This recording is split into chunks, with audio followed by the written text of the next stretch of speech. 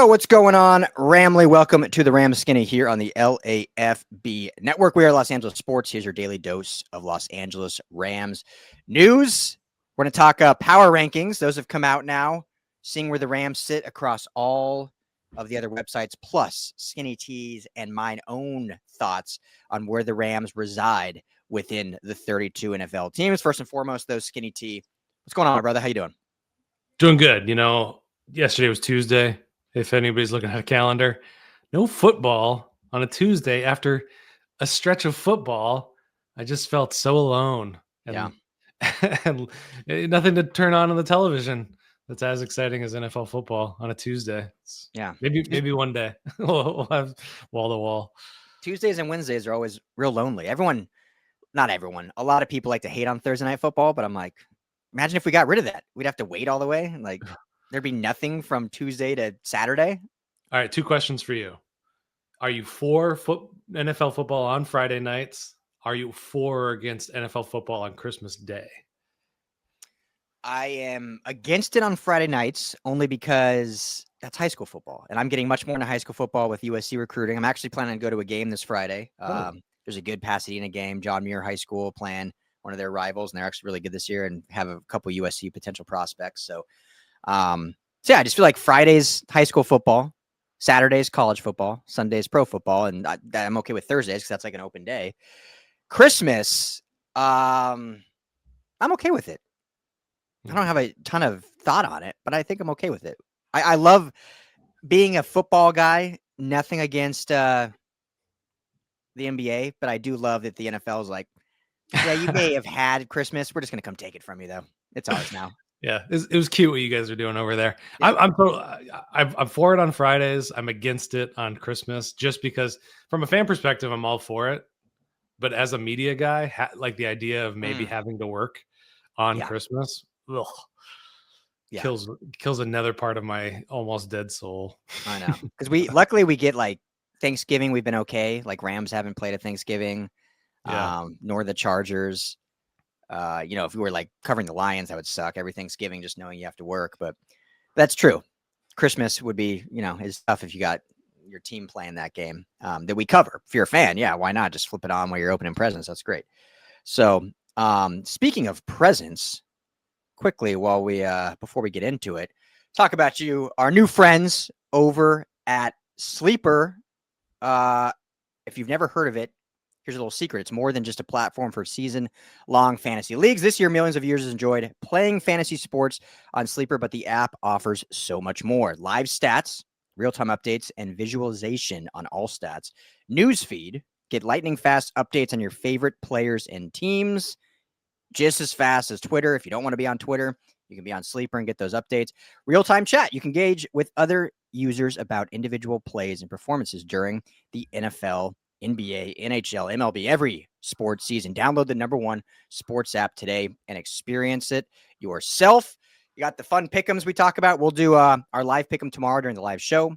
Pick more or less on your favorite players. Matthew Stafford, more or less, 250 yards. Kyren Williams, more or less, anytime touchdown. He's going to have one touchdown anytime during the game. Just stack those, win real money. And today, when you download the Sleeper app, make sure you use our code RAMS LAFB on your first deposit. You get a match bonus up to $100. That's RAMS LAFB, all one word. Gets you a match bonus up to $100. Download Sleeper today. Tell them the guys at the LAFB network sent you. All right, power rankings, Skinny. We'll give ours last where we see this Rams team. I think I don't know what all the fans thought. I thought we were fair in our recap of the game. Big 14 win. Obviously dove into some of the questions, but obviously excited about what the defense looked like and a lot there. So we'll see how that contends with the rest of the team. But when you look across the board, let's start. We'll go one by one. Well, not really one by one because we're going to kind of break it down all together. But I'll just start with ESPN's power rankings. They went up one spot, Skinny, from 8th in the preseason to now 7th. And their best newcomer performer they had was Nate Landman. So just to ask you this, don't comment on the 7 yet, because we're going to go through all of them, but thoughts on them basically propping up Nate Landman as the top newcomer. Come on, easy target, guys. Easy. Everybody knew that. Come on. Get a little bit more creative. Love you, Sarah Barshop. Kids and family are great, but come on. Let's I mean, best newcomer, like who, I mean, it might be the only option because none of the rookies really played. Josiah Stewart played a couple of snaps, so it might have been the only newcomer. But you throw Davante Adams in there, not new to the NFL, but 50 yards or a game-saving forced fumble. Okay, Sarah, I give you a break on that one. Yeah, it was really the only answer. That was an easy. If that was the prompt for what they had to do, which it looks like all teams they did, best newcomer performance. I mean, that was the obvious answer. How many yards would Davante Adams had to overshadow that landman peanut punch? That's a good question. Over a hundo? I would say, over a hundo and a tutty, probably. Yeah, that's a tall order. When you got a game-saving peanut punch, and didn't he lead the team in tackles also? Probably. Yeah. I'm just thoroughly impressed with this guy. I keep saying sorry for being so hard on him. Okay. And one more time. High expectations, but he's lived up to it through 1 week. So that's great. Yeah. Our Zimbabwean friend. All right. NFL.com has the Rams ranked 10th. They have them behind. So I won't do this for everyone, but they have them behind the Broncos, the Lions, who are 0-1. And any other surprises? They have the Buccaneers all the way at 6. The Chiefs at 5 at 0-1. Any qualms with NFL.com putting the Rams so low at 10? Week 1 is sort of mirage-y, so you gotta give the Chiefs their due. Putting them at 5 is a bit of a stretch. The Bucs, divisional rivalry. Washington, you could talk yourself into. Detroit and Denver, I think, are probably the big ones that I have my biggest problems with. Detroit looked terrible. I mean, their offensive line looked just unworkable. Jared Goff looks terrible behind these new guys. Ben Johnson gone, of course. And the Broncos, I mean, Bo Nix really struggled, and putting Bo Nix over Matthew Stafford at any point and right now is almost criminal. Yeah. Here's how I look at it. Again, it's 1 week. Then these power rankings are supposed to change every week. I think what's hard with power rankings is usually most people, and this is just human nature, it's kind of a continuance on like, okay, well, I had the Chiefs at 5. How they do this week? Okay, I'll keep them at 5. It should start from 0 every week. And like, okay, now this is based on what we saw from this week's performance. So just based on 1 week, the Lions should be like in the 20s. I mean, they were terrible. Looked absolutely atrocious. You can't base it on last year and put them all the way in the top 10 just because of how they finished last year. Based on week 1, they were atrocious. They should nowhere be near the top 10. And the fact that this is what every year somehow gets glossed over. When you lose both coordinators in Ben Johnson and I don't know why I'm drawing a blank on his name, defensive coordinator of the New York Jets. Thank you, Aaron Glenn. Like, that's a huge loss. And I love Dan Campbell, their head coach, but he's not like the play caller. He wasn't the offensive architect of the Lions. Like, he's basically a CEO, a motivator, game manager. Like, he's a true sense of like a head coach running the operation, but he's not the one like in the lab calling the plays. Because you remember, even in his first year, Anthony Lynn was his OC calling plays. He took it over because it was going bad, and so he did do some play calling that first year, and then promoted Ben Johnson that really made the Lions offense what it was. We saw it with the Eagles. When the Eagles lost both their coordinators after going to the Super Bowl, they took a huge regression the next year. And then obviously last year they go out and get 2 of the best in the business and Vic Fangio and bringing over a new OC as well. And they got back to form. So I think the Lions are kind of in for a rude awakening this year. We'll see. I'm not saying they're going to be like miss the playoffs necessarily, but they're not a top 10 team right now. And the Broncos, everyone knows, I'm not shy about it. That's my childhood team. But as of 1 week, like, they were lucky to escape with a win against a rookie quarterback. And the defense looks dominant. Yeah. The defense looks really good. But you still gave up 12 points to a rookie quarterback, and the Rams gave up 9 points to third-year CJ Stroud. So you could argue the Rams defense actually still looked better. So they should be above the Broncos too. Just to comment on the Lions, DVOA, one of the most respected advanced metrics in the game, take a lot of things into account when coming up with it. They're ranked 28th offense, 24th defense, 30th across the board in that metric. That's bad.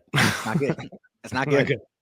Not good. So, all right, let's go. I'm going to go to Sports Illustrated next because they have the same spot. They put the Rams at number 10. They had them at 10 in the preseason.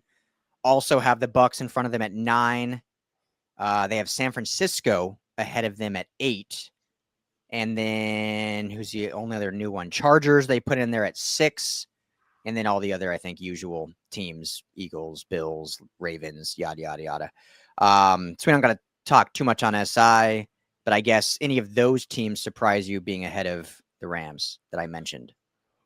San Francisco didn't look great against Seattle. Seattle's got a good defense, not much to speak for on offense, low scoring game. It was kind of, similar division opponent again. So it's kind of a weird game in general, but not looking powerful on offense. Their defense is finding its form again though. But yeah, I have trouble with that one. The Chargers are an interesting conversation. Really, really making a statement against the Chiefs. So obviously if we're just doing like a week 1 kind of thing, beating the offensive or the AFC champions. Yeah. Not only that, but a division game. Not only that, changing your stripes, looking a lot different than everybody. Everybody's like, Marion Hampton doubled down on fantasy stock. He's going to get 50 carries a game. They're just slinging it around with probably top 5 quarterback. Justin Herbert. Yeah, also got an air raid offense over there, Cross and El Segundo. So, and that's what's always so fun to me with these rankings, right? Like you see some teams that they get that, okay, week 1 bump. Chargers looked great in week 1, so we're going to rank them high, as they should, I think. Yeah. And then another team like, well, they didn't look good, but we know they're probably better, so we'll rank them high. Like it's just funny how the subjectivity of like how these rankings work. So, yeah. I'm okay with the Chargers being right along with the Rams. I don't know if I put them 4 ahead at 6 versus the Rams 10. But I think they're worthy of that. And then, yeah, the rest, like I said, we're all the usual. San Francisco, I agree. Again, these are power rankings. So how good your team is going into this week. No George Kittle, probably no Brock Purdy. To me, that should be taken into account into a power ranking. If you're missing 2 of your best offensive players, like you shouldn't be ranked as high just because you won the last week. So anyway, yeah. Pro Football Focus, they have the Rams at 8, 1 spot ahead of the Chargers. Eagles 1, Baltimore. This is interesting. Baltimore 2, Buffalo 3. Okay. Sounds like there's some AP voters going on in these power rankings. Throwing dirt. Green Bay 4, Kansas City 5, Detroit 6. I really don't know how you could put Detroit 6. Washington 7, LA 8. So it's the PFF is always interesting because they're the grading institution. Yeah. They use so much of it for grading, and I mean, you can quibble here, but you look at some of the reasoning behind why teams are putting them in this, or these sites are putting them in the 8 to 10. It's a lot of Stafford questions still, which I mean, in terms of his health, he looked fine. He was under a massive amount of pressure from the Houston Texans, and no quarterback is better under pressure. I mean, he does lack the mobility. I would say that, but to come out of this game saying that Stafford didn't look good, it was just ridiculous. He had 72% completion percentage, nothing, astronomical from a yards perspective. 5 big time throws, even when under pressure, they're grading him out. If we go back to their grades, is 80.5 as just a passer. So I don't know. And based on PFF's as a grading metric, Stafford was the highest graded overall quarterback in week 1. And I haven't looked at their team. I just haven't had time, but I can't imagine the Lions had a lot of high grading marks considering how that game went, and yet they have them at 6th. That's just fascinating to me. Like, because if their rankings are based on average grade per player, I mean, did they just do really well on special teams? Like, I don't know. They were just anyway. Let's move on. Yeah. Athletic. You got the Athletic pulled up. I don't have that one. What are they at the Athletic? I have to share my subscription with you. It sounds like. So they're at 7th. Okay. Going real quickly. Eagles, Packers, Bills, Chargers at 4. Wow. Washington Commanders at 5. Yeah, a lot of love for Commanders. San Francisco at 6, beating them by 1 spot. They're calling the Robert Saleh difference. Mm-hmm. That was the difference maker. Turning a terrible defense last year into a really, really good looking unit against the Seattle Seahawks. But again, shouting out Landman, looking like a steal is what they're saying. So, who did they beat out? Beat out the Ravens. The Ravens weren't up there. You gotta like that. Bengals ranked oddly high at number 9. Chiefs down at 10. So, okay. I mean, I think this is probably the most fair, save for Niners Rams. I mean, flip that at 6, and I think we're cooking with gas. Yeah, I'm good with those. Minus again. I agree with the Saleh thing. I think as much as Rams don't want to hear it, like getting Saleh back is huge for the Niners. I mean, he is a great defensive play caller in mind. So that is a big get. I just based on how that game went, based on the injuries they're sustaining now going forward, like I can't have them at high. But overall fair. And finally, the Ringer. I didn't even know the Ringer did power rankings, but they actually have the Rams out of all these the highest, I believe, at 6th overall. They have Eagles 1, a lot of Eagles love. Bills 2, Ravens 3, Packers 4, Chiefs still 5, ahead of the Chargers who beat them. So I don't agree with that. Rams 6, Lions still there at 7, Bucks 8, Chargers at 9, and Commanders at 10. Your thoughts on those? I mean, their reasoning is the closest to my reasoning for liking this team so far. So I'm just going to read it off. Matthew Stafford was sacked or knocked down on 1 out of every 5 dropbacks against the Texans on Sunday. I held my breath every time he hit the turf. That's everything that's been going through my head. But Stafford picked himself up and continued to push the ball down the field, aggressively looking for the holes in the Houston zone coverage. There's the way that McVay schemed up this game, getting the tight ends to do a lot of the dirty work, getting Stingley on a tight end occasionally, really, really smart working there. And Stafford pushing the ball down the field, even under pressure. I mean, even with the back hurting, it's pretty incredible. Anyway, to round it off, the Rams offense repeatedly stalled out in the red zone and put Stafford in some tough third down situations. But this week 1 performance was a reminder how good Stafford is when he's healthy. So, I think that really sums it up pretty well. You tack on an elite looking defense. I mean, top 5, top 6. Yeah, I think so.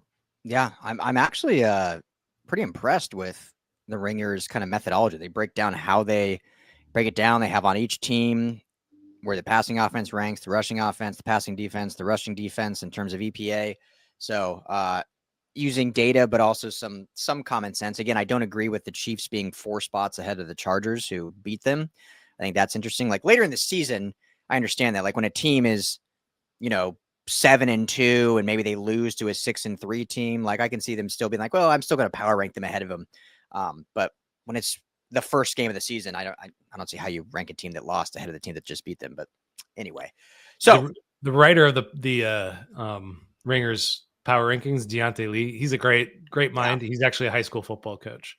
Yeah. Really, really smart on the defensive side, but just a overall ball knower. So if anytime you see Deontay Lee out there, listen, pay attention, take some notes. Yeah, he is a good one. That was a good get from the Ringer. I feel like the Ringer is one of those companies that just like feels like it's like dying, and then it just like spikes back up. Like they get a couple big hires, and then it kind of fizzles out. Like, but it just keeps hanging around. So yeah, good eye for talent. I mean, Robert Mays worked over there for a long time. Kevin Clark was there for a long time. Bill Simmons knows a thing or two about sports personalities. That's for sure. It's fun. It's always funny seeing like different publishers' budgets and how they fluctuate. Because you'll see like the Ringer did those big slew of hires, like taking people from, I think, PFF, if I'm not mistaken, or was it from the Draft Network? Can't remember. They hired a bunch of personalities from one other one, and then another one hired a bunch from the Ringer, and then ESPN took from that one. 33 teams, takes from Yahoo takes from the Ringer, from the Athletic, it's just like you can see where the money is moving in media. Yeah. By who's moving where. Exactly. And sometimes it'll shift back to another one, or they'll get like a little bonus or an investment or something. So anyway, we'll keep this one short and sweet. So where do you have the Rams? And I'll give mine. Where do you have them? I mean, it's kind of, tough to put, but 1 week, I'm sure it's within the realm of where these all land. So they all land basically 6 to 10 was where all 6 of these websites have them. Yeah. I'm going to go, if I'm just going to kind of pull this right out of my ear, Eagles, Bills. I'm going to put the Packers at 3 just because they look scary. Yeah. I'll go ahead and put the Ravens. At 4, okay. Chargers. I'm putting the Chargers at 5 just because that was impressive performance. I'm going to keep them at 6. I'm going to keep the Rams at 6. Nice. Yeah. I think I'm right pretty much there with you. I'll just, for the sake of being different, I'll go Bills 1, Eagles 2. I'll go Packers 3 as well. It's hard for me to buy into the Packers, but they looked great in week 1. Again, I'm basing this off week 1. Ravens, even with the loss, I'll go 4. I mean, that was such a great football game. And then I'm going to put the Rams 5 with the Chargers 6. On the eye test, I think the Chargers win was more impressive, beating the Chiefs on essentially neutral territory, the way Herbert played. So part of me wants to put them ahead of the Rams. I just think the Rams, to me, I think the offense didn't play good, and I know they're going to get better with Sean McVay, whereas the Chargers can certainly get better. I'm not saying they can't, but to me, that was like the best offensive performance we've seen from the Chargers in the Jim Harbaugh era. In 19 games, that was their best offensive game, and they got to win. They squeaked it out. The Rams, I think the offense played pretty awful. Still got to win. You seemingly are going to get better.